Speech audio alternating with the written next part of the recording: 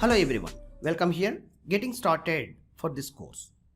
Myself, Sekhar Metla. I am the software industry expert from past 2 decades. Now, I am the course instructor to preparing you this JavaScript course from scratch. Who are beginners and entering into the software industry to learn as a developer, JavaScript is very much essential for you. Let's see. Introduction. Welcome here.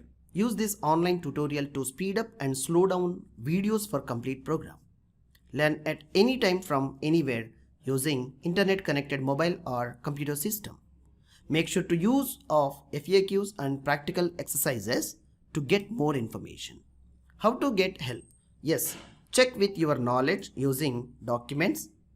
For instance, quick help, Google or Stack Overflow search engine techniques.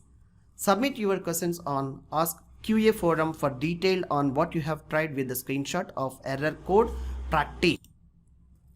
How to approach the course? Best way to approach the course is review videos with your practical hands-on sessions. Follow the video guide with notebook extra information for practice. Review certain information by reading examples the parts of video sessions. So approaching is very easy. Coding exercise and solutions.